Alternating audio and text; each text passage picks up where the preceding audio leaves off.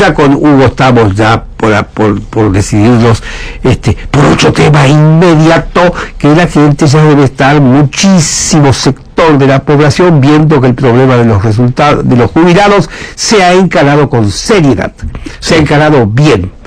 Han cambiado las dos chirolas, porcentajes de risa que sabían ellos muy bien, y el pobre jubilado también lo sabía, que la inflación se morfaba esos aumentos en poco tiempo. Por favor, qué estafadores que eran, se merecen el destino que se buscaron ellos mismos.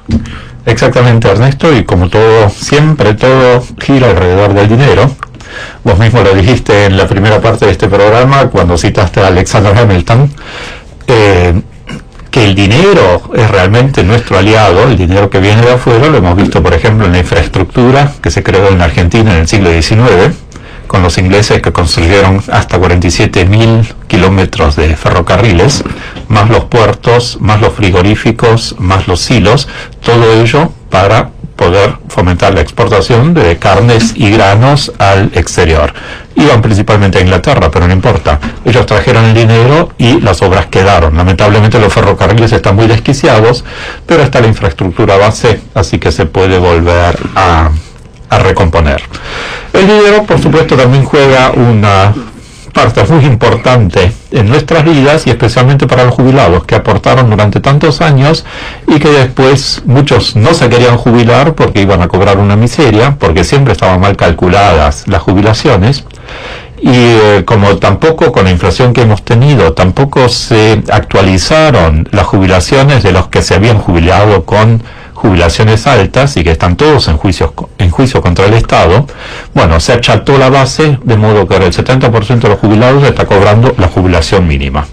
Muchos de ellos iniciaron juicio, y ayer Macri por fin anunció en un centro cultural de Boedo, en San Cristóbal, al sur en la parte sur de la ciudad de Buenos Aires, cómo se iba a resolver este problema. Es decir, se van a pagar todos los juicios que ya tienen sentencia y que el Estado siempre pateaba para adelante, y que ANSES apelaba y cada vez engrosaba los costos, porque cada vez los abogados también hay que pagarlos, y las costas judiciales hay que pagarlas, y sobre todo eso hay intereses. Entonces la bola de nieve se hacía cada vez más grande, y el Estado está afrontando una tremenda deuda, no solamente con los jubilados, sino en este caso también con la justicia. Entonces se cortó por lo sano, las sentencias firmes se pagan, los jubilados que tienen todavía juicios que todavía no tienen sentencia, esos juicios también se van a pagar. Se les va a ofrecer pagarles un retroactivo de 4 años por la diferencia de lo que cobraron hasta ahora y lo que deberían cobrar. Estimo que muchos aceptarán. Y aparte se anunció una medida, pero quisiera decir revolucionaria, porque ahora a partir de los 65 años todo el mundo sabe que va a recibir una jubilación. No va a ser una jubilación, va a ser una pensión, una especie de asignación universal para la vejez, equivalente al 80% de la jubilación mínima. En este momento serían unos 3.900 pesos. Es decir, el que cumple 65 años podrá hacer la gestión antes de iniciar sus trámites de jubilación, y ya estará percibiendo este importe hasta que le salga la jubilación, y bueno, entonces cobrará lo que tenga que cobrar. Para los que crean que es muy poco, 3.900 pesos, hay que recordarles que esto es para los que no hayan hecho ningún aporte en su vida. Exactamente. Es como vos lo dijiste, una asignación universal para la vejez. Exacto. El tema es el siguiente, que es también el tema que hay que resolver el cortísimo plazo, si por mí fuera, pero por lo menos en el mediano plazo, es el gran trabajo en negro que tenemos en la República Argentina. Se calcula que entre el 35 hasta el 47% de la masa laboral está trabajando en negro. Pongamos un promedio de un 40%. Si todo este 40% que actualmente trabaja en negro realizara sus aportes, es decir, su obra social y su aporte para la jubilación, entonces ANSES no tendría ningún problema, estaría totalmente financiada, y entonces ni siquiera habría que usar los fondos del blanqueo para pagarle a los jubilados actuales, sino que todos esos pagos podrían provenir directamente de ANSES. Lo mismo con el fondo de sustentabilidad. Ahora se está cuestionando que el Estado quiera desprenderse de las acciones que tomó de las AFJP en su momento, cuando se estatizaron, que son unos paquetes de acciones muy interesantes de diversas compañías, en donde el Estado también, a través de sus directores, ha tenido injerencia en los últimos tiempos. En principio, este fondo de sustentabilidad no lo necesitamos. Con ese dinero se puede pagar a los jubilados, porque el fondo de sustentabilidad del ANSES es en principio la masa laboral.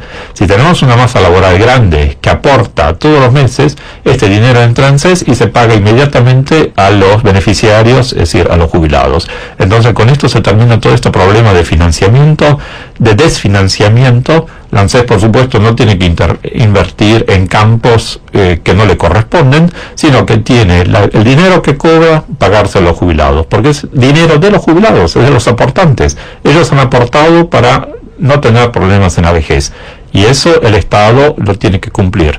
Quizás también los aportantes o los jubilados algún día se pongan los pantalones largos y cumplan con el artículo 14 bis de la Constitución Nacional, que surgió en la reforma de 1957, que dice que los institutos de previsión social, vulgo las cajas de jubilaciones, tienen que estar manejadas por los interesados con participación del Estado. En este momento las maneja solamente el Estado y los interesados no tienen ninguna participación. Dependen de lo que dictamine el Estado, de cuán alta o cuán baja va a ser su jubilación. Por eso aquí todavía hay mucho que hacer, y pienso que ayer se dio el primer paso para recomponer todo este sistema, para que por fin se haga justicia con los que tantos años han aportado y que no están recibiendo lo que les corresponde. Y vos fíjate que justamente la Nación tiene el buen gusto de realizar un sueltito siempre, que se llama En la Red, donde se extraen opiniones muy inteligentes de los que publican en Facebook o Twitter. Y te voy a mencionar algunas.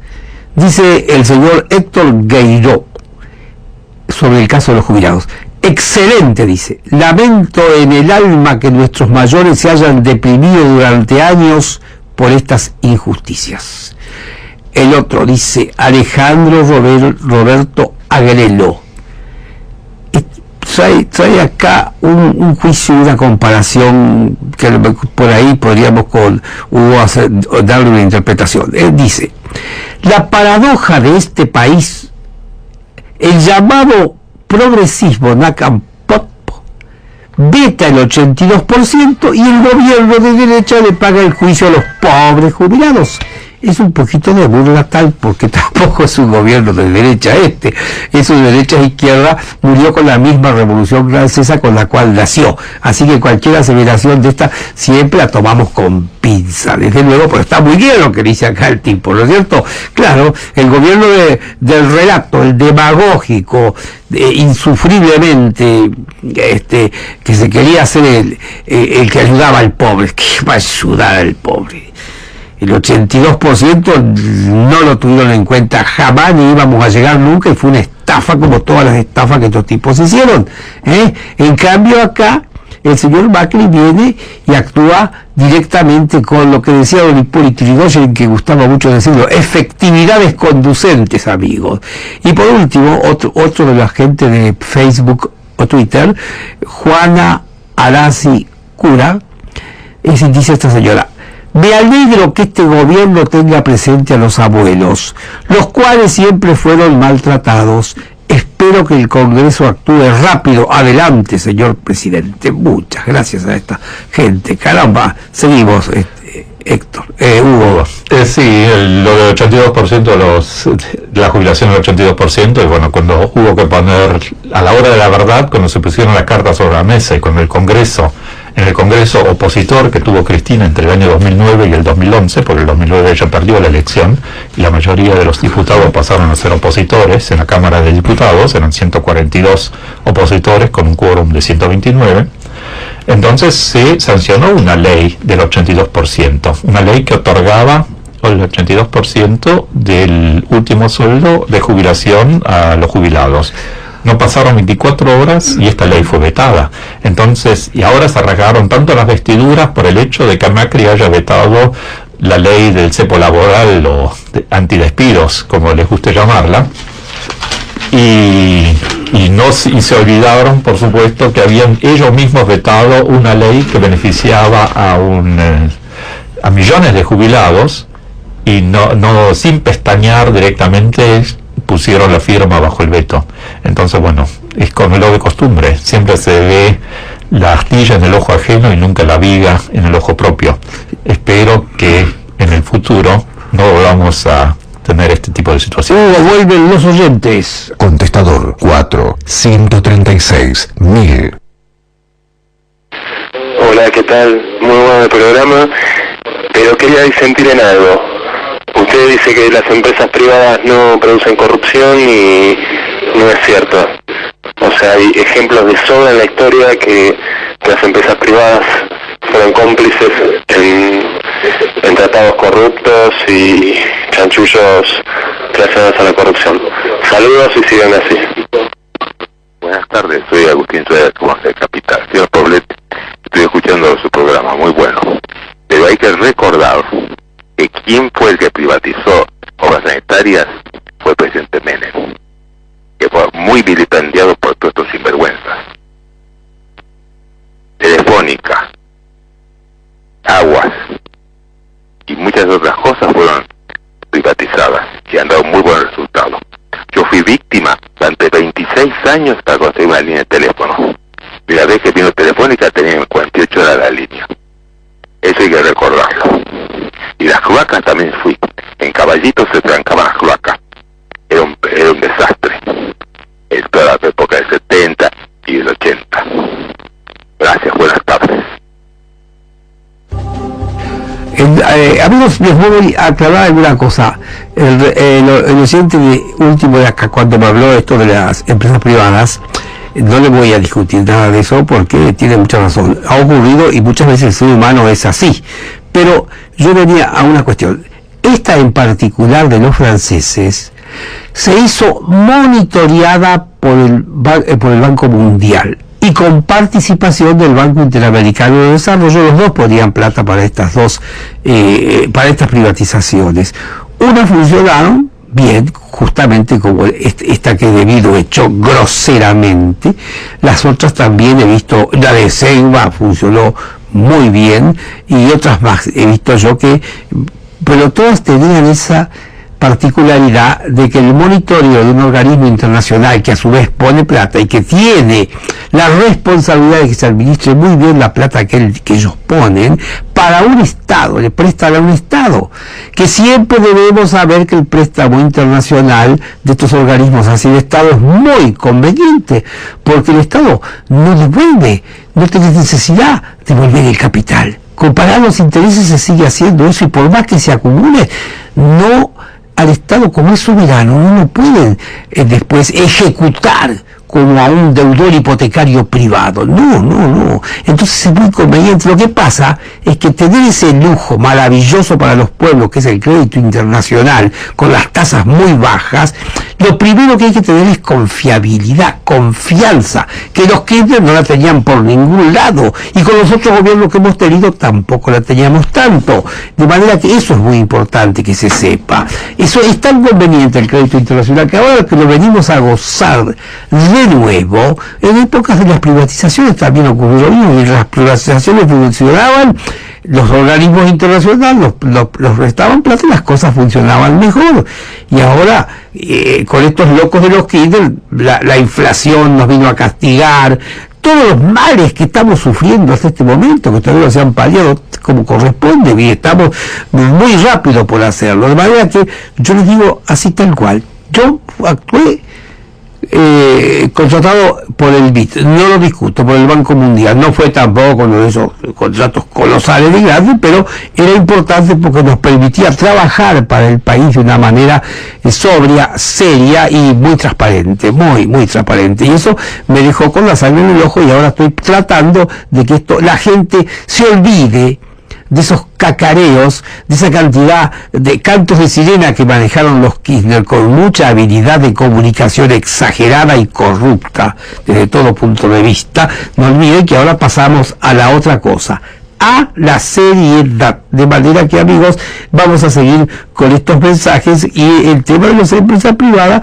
admito lo que me quieran decir, como ha hecho un oyente, que se lo agradezco incluso a todo eso que dijo él. Ahora bien, bueno, el tema de los debido a la empresa de agua, es decir, que en ese momento llamaba Aguas Argentinas, manejada por los franceses, como bien señalaste, Ernesto, fue la primera empresa de servicios públicos que se estatizó por parte del gobierno nacional a cargo en ese momento de los Kirchner. ¿Y por qué? Porque era un negocio que funcionaba bien. Entonces, ¿qué es lo que mejor que se puede hacer? El negocio funciona bien, entonces nos lo estatizamos para poder robarnos los rendimientos, que en definitiva sucedió, porque después Agua y Saneamiento Argentino ya prácticamente no invirtió, y que ellos sabían muy bien que los franceses no se iban a poder llevar los ríos subterráneos que construyeron para abastecer de agua a las poblaciones de Gran Buenos Aires. Los ríos subterráneos están ahí todavía y se pagaron con esa inversión que vos recién enumeraste, del Banco Mundial y del Banco Interamericano de Desarrollo. Y ellos prácticamente colectaron los frutos, y quién sabe, bueno, debido ya está tan cuestionado, ya tiene tantas denuncias y cada día se agregan denuncias, lo del agua seguramente muy pronto también aflorará, y entonces también el señor Debido podrá sumar una causa más a la amplia foja que ya posee. Nuestros queridos y esperados oyentes, que vengan, que vuelvan. Contestador 4-136-1000. Me parece que hay un oyente que descalificó la privatización de la vieja Entel. La vieja Entel fue un patente caso de corrupción de la empresa estatal. Yo fui víctima de ella durante años. Se prestaba a todo tipo de actos corruptos. Bueno, fui muy feliz cuando la privatizaron y me quedo con Telecom antes que con la vieja Entel. Señor Poblete, soy nuevamente Agustín Suárez. Le tengo que recordar, cuando usted habla de la credibilidad, de que la Argentina, el tiempo del presidente Menem, fue muy creíble, mejor dicho, muy creíble el país. Porque por eso entramos a la OTAN y al G20. Si no, no estaríamos ni en el G20 ni hubiéramos estado en la OTAN. Así que imagínense que eso es más importante que Banco Mundial. Gracias.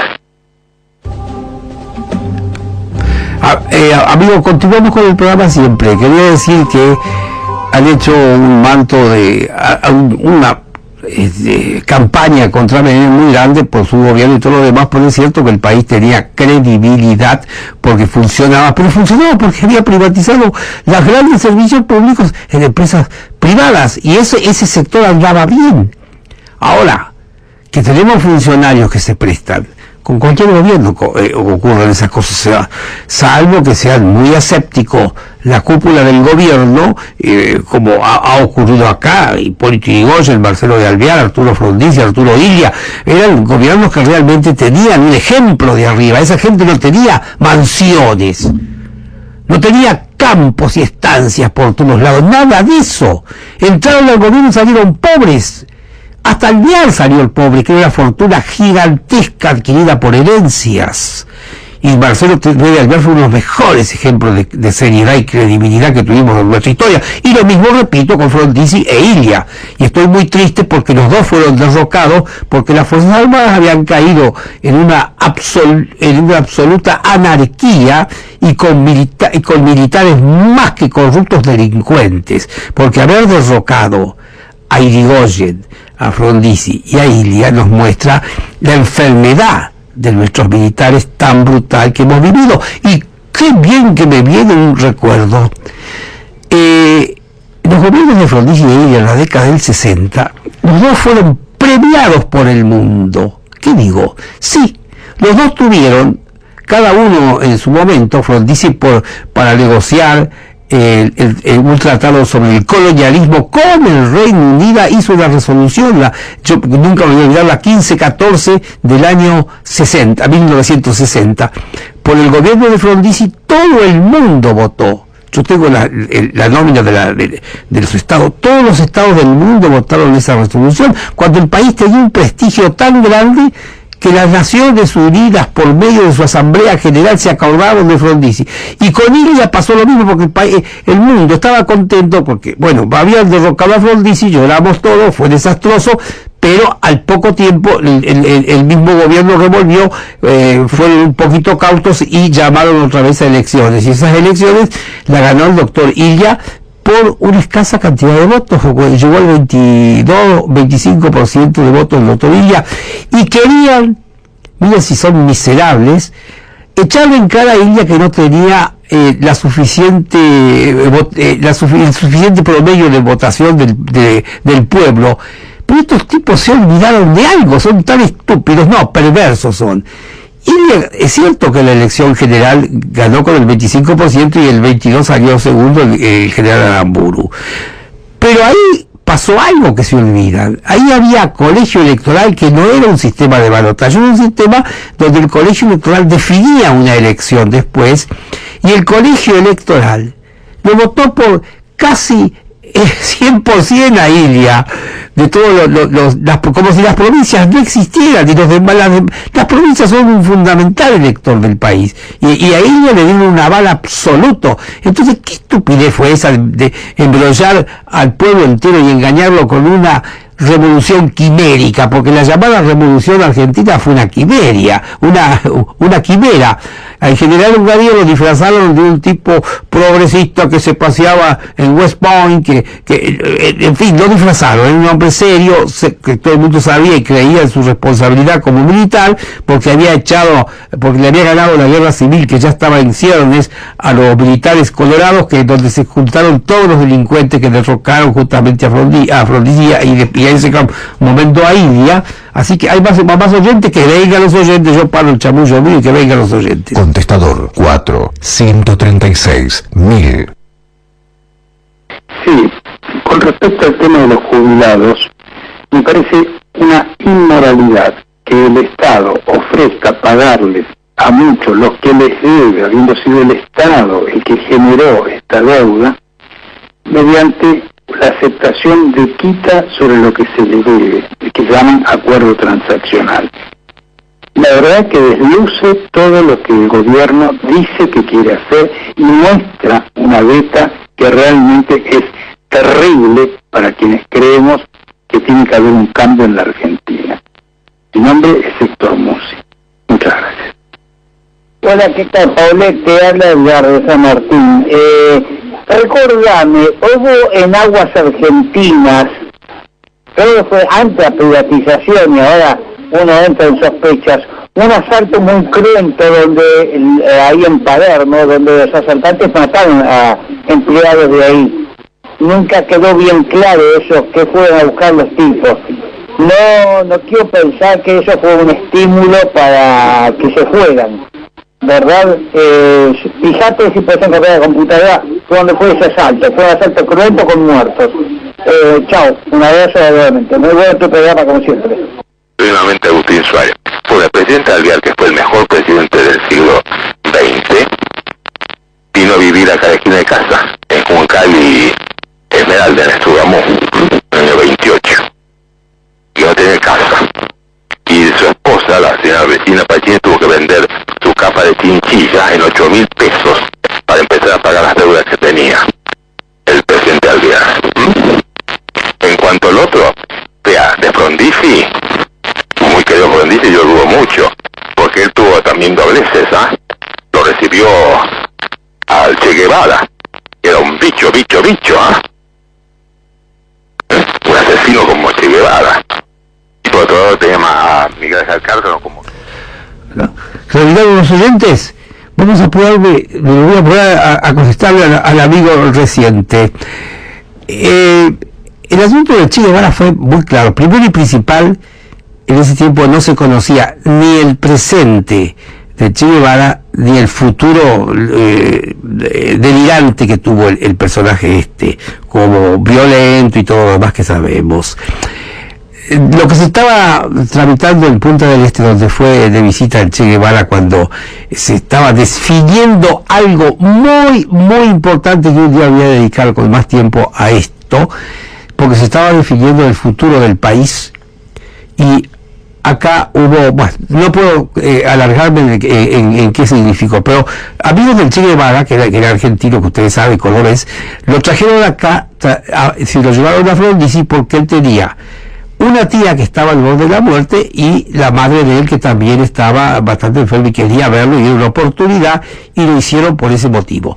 No se sabía honestamente, ni yo tampoco, que siempre fui informado, estuve en el periodismo, que el Che Guevara tenía esta clase de presente que tenía en ese momento. Para nada lo sabíamos, creíamos en algunas cosas de él como que era un poquito tal vez mejor o más inteligente que el propio Fidel, y después nos enteramos que ni médico parece que era el tipo. Sí, y Frondizi cayó, no digo por una ingenuidad de él, por una humanidad de él, porque esas cosas a Frondizi, que si le venían a decir esto, era más misericordioso que nuestro exagerado Papa. Así que fíjense ustedes cómo esto se...